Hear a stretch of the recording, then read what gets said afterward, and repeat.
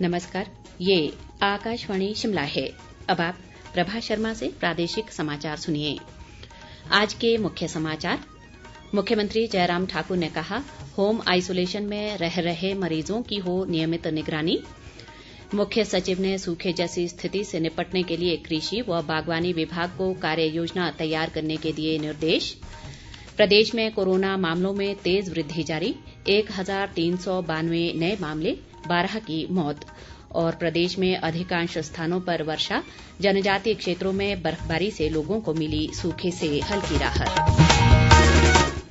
Covid मरीजों की संख्या फिर से बढ़ रही है, इसलिए सभी श्रोताओं से अपील है कि कोई भी कोताही न बरतें, सभी सुरक्षा उपायों का पालन करें और 45 वर्ष से ऊपर के सभी लोग बेहिचक टीका लगवाएं। सुरक्षित रहें और इन आसान उपायों का पालन करें। मास्क पहनें, 2 गज दूरी है जरूरी, सुरक्षित दूरी बनाए रखें, हाथ और मुंह साफ रखें। अब समाचार विस्तार से।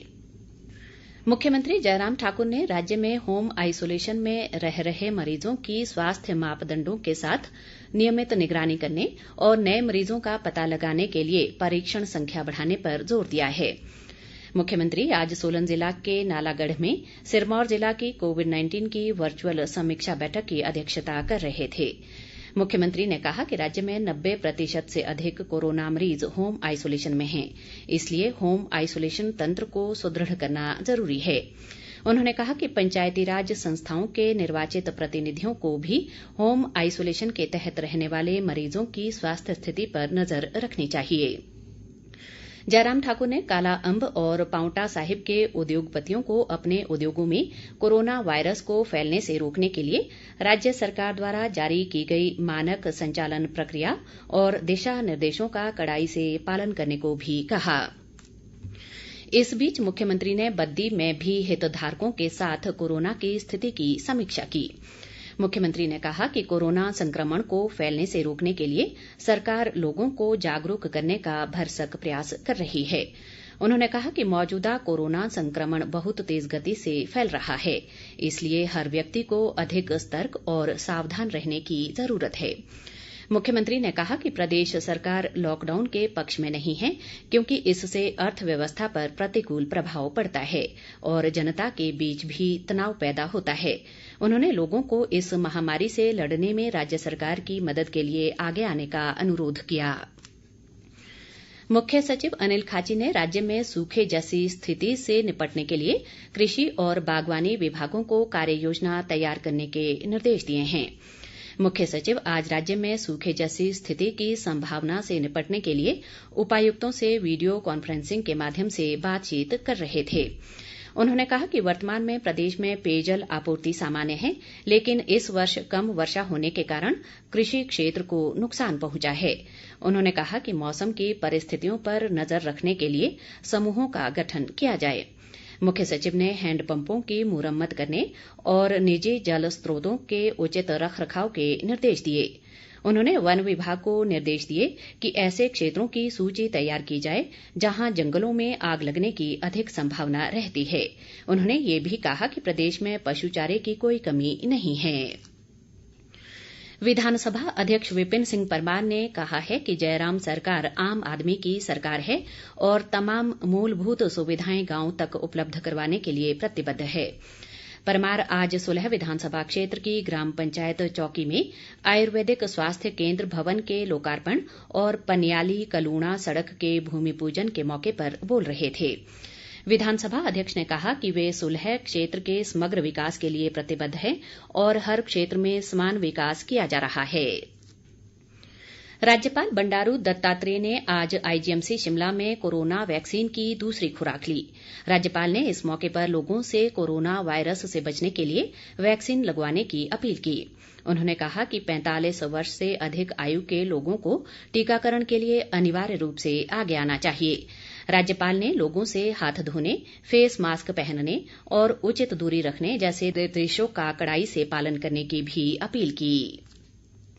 जनजातीय विकास व तकनीकी शिक्षा मंत्री रामलाल मारकंडा ने आज लाहौल घाटी की शकोली और मडग्रा पंचायतों का दौरा किया तथा जन समस्याएं सुनी। मारकंडा ने इस दौरान अधिकांश समस्याओं का मौके पर ही निपटारा किया तथा शेष समस्याओं के शीघ्र हल के अधिकारियों को निर्देश दिए। हिमालयी क्षेत्र में सक्रिय पश्चिमी विक्षोभ के प्रभाव से प्रदेश में बीती रात और आज अधिकांश स्थानों पर वर्षा हुई, जबकि अधिक ऊंचाई वाले कुछ स्थानों पर बर्फबारी की भी सूचना है।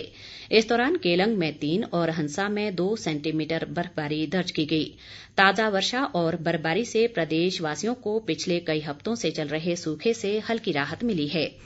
हालांकि ये वर्षा प्रदेश में संभावित सूखे से बचने के लिए काफी नहीं है। मौसम विभाग ने आज राज्य के मैदानी व मध्यम ऊंचाई वाले अधिकांश क्षेत्रों में वर्षा होने और अधिक ऊंचाई वाले स्थानों पर बर्फबारी की संभावना जताई है। विभाग ने इस दौरान राज्य के मैदानी और मध्यम ऊंचाई वाले कुछ स्थानों पर तेज आंधी चलने और ओलावृष्टि का अलर्ट भी जारी किया है। प्रदेश में कोरोना की तेज रफ्तार जारी है। राज्य में आज अभी तक कोरोना के 1392 मामलों की पुष्टि हुई है।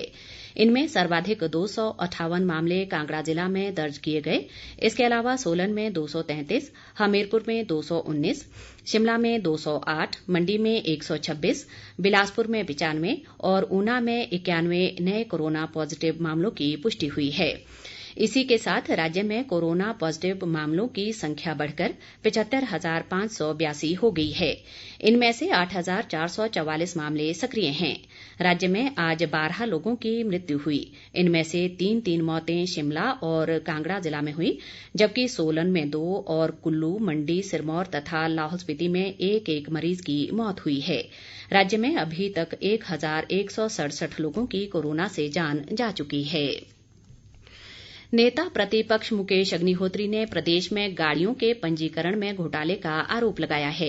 अग्निहोत्री ने आज एक बयान में कहा कि प्रदेश में हजारों गाड़ियों का फर्जी पंजीकरण हुआ है, जिससे प्रदेश को बड़े पैमाने पर राजस्व का नुकसान हुआ है।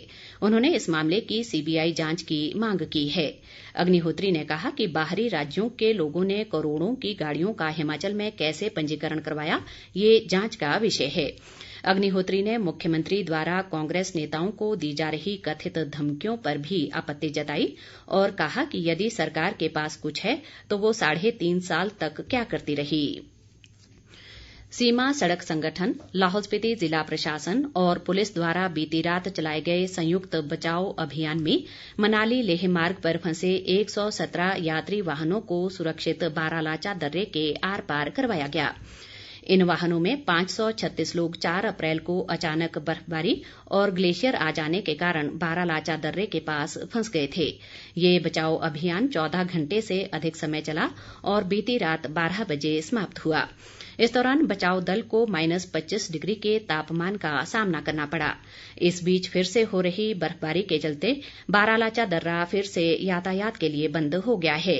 लाहौल स्पीति पुलिस अधीक्षक मानव वर्मा ने बताया कि मौसम अनुकूल होने के बाद ही वाहनों को बारालाचा दर्रे की ओर जाने की अनुमति दी जाएगी। प्रदेश कांग्रेस अध्यक्ष कुलदीप सिंह राठौर ने मुख्यमंत्री जयराम ठाकुर पर कांग्रेस नेताओं पर आधारहीन आरोप लगाने और अमर्यादित भाषा का प्रयोग करने का आरोप लगाया है। राठौर ने आज शिमला में एक बयान में कहा कि मुख्यमंत्री विपक्ष पर आरोप लगाने के बजाय सरकार की कार्यप्रणाली सुधारने का प्रयास करें। उन्होंने ये भी कहा कि मुख्यमंत्री नगर निगम चुनावों में भाजपा की हार से बौखलाए हुए हैं और अपनी खीज मिटाने के लिए आरोप लगा रहे हैं। राठौर ने प्रदेश में खराब होती कोरोना की स्थिति पर विचार करने के लिए सरकार से सर्वदलीय बैठक बुलाने की मांग की।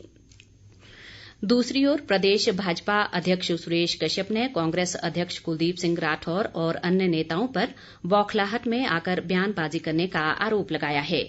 उन्होंने कहा कि पालमपुर और सोलन नगर निगम में जीतकर कांग्रेस नेताओं को लग रहा है कि उन्होंने प्रदेश में राजनीतिक बदलाव कर दिया है, लेकिन उनकी गलतफहमी जल्द ही दूर हो जाएगी। सुरेश कश्यप ने दावा किया कि कांग्रेस को फतेहपुर विधानसभा उपचुनाव और मंडी लोकसभा उपचुनाव में कड़ी हार का सामना करना पड़ेगा।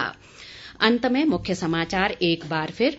मुख्यमंत्री जयराम ठाकुर ने कहा, होम आइसोलेशन में रह रहे मरीजों की हो नियमित निगरानी। मुख्य सचिव ने सूखे जैसी स्थिति से निपटने के लिए कृषि व बागवानी विभाग को कार्य योजना तैयार करने के दिए निर्देश। प्रदेश में कोरोना मामलों में तेज वृद्धि जारी, 1392 नए मामले, 12 की मौत। और प्रदेश में अधिकांश स्थानों पर वर्षा, जनजातीय क्षेत्रों में बर्फबारी से लोगों को मिली सूखे से हल्की राहत। इसी के साथ ये समाचार बुलेटिन समाप्त हुआ। नमस्कार।